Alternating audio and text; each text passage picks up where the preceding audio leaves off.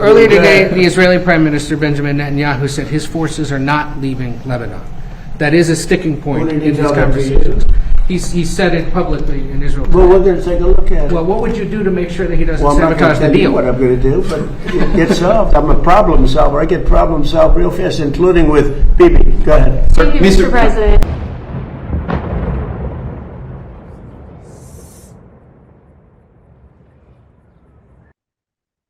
Presiden Amerika Serikat Donald Trump mengaku harus menjaga Perdana Menteri Israel Benjamin Netanyahu sedikit lebih waras.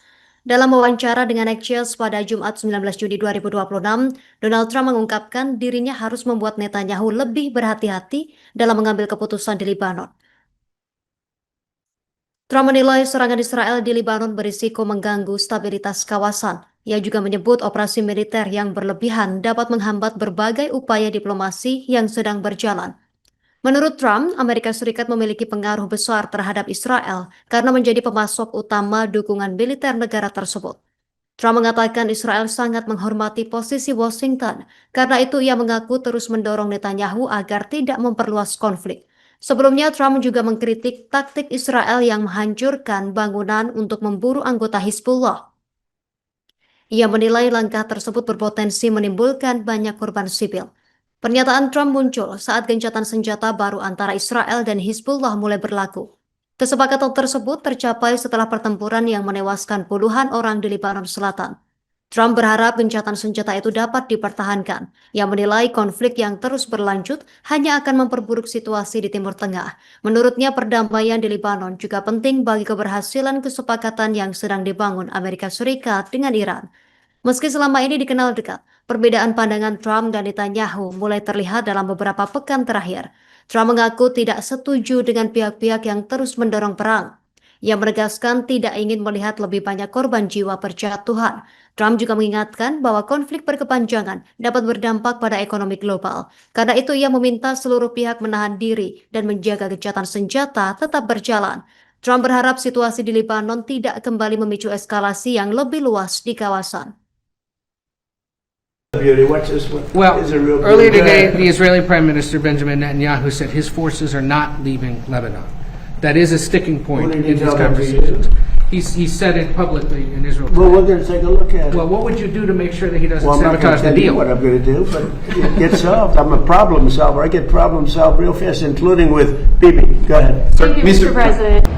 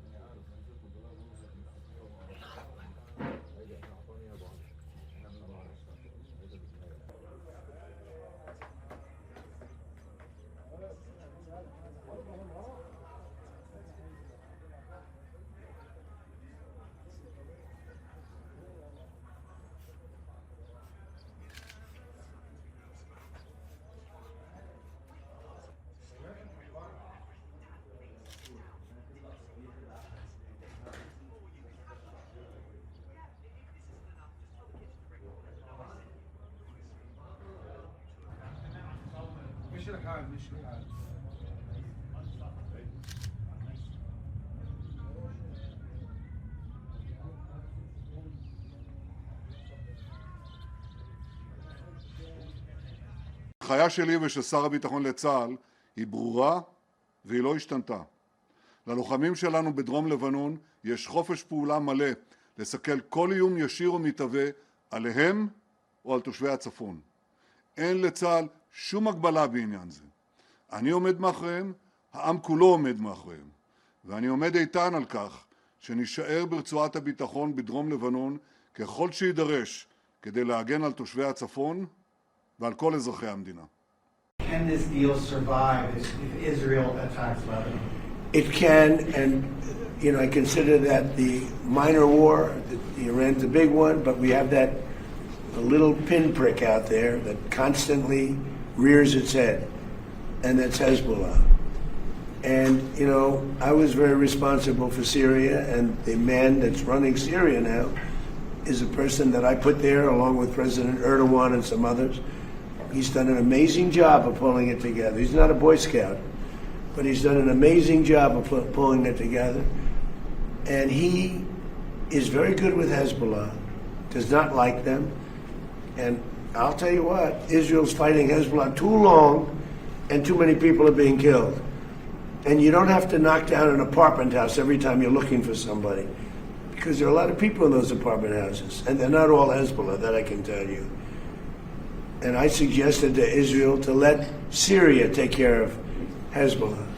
Because to be honest with you, I think they do a better job of doing it.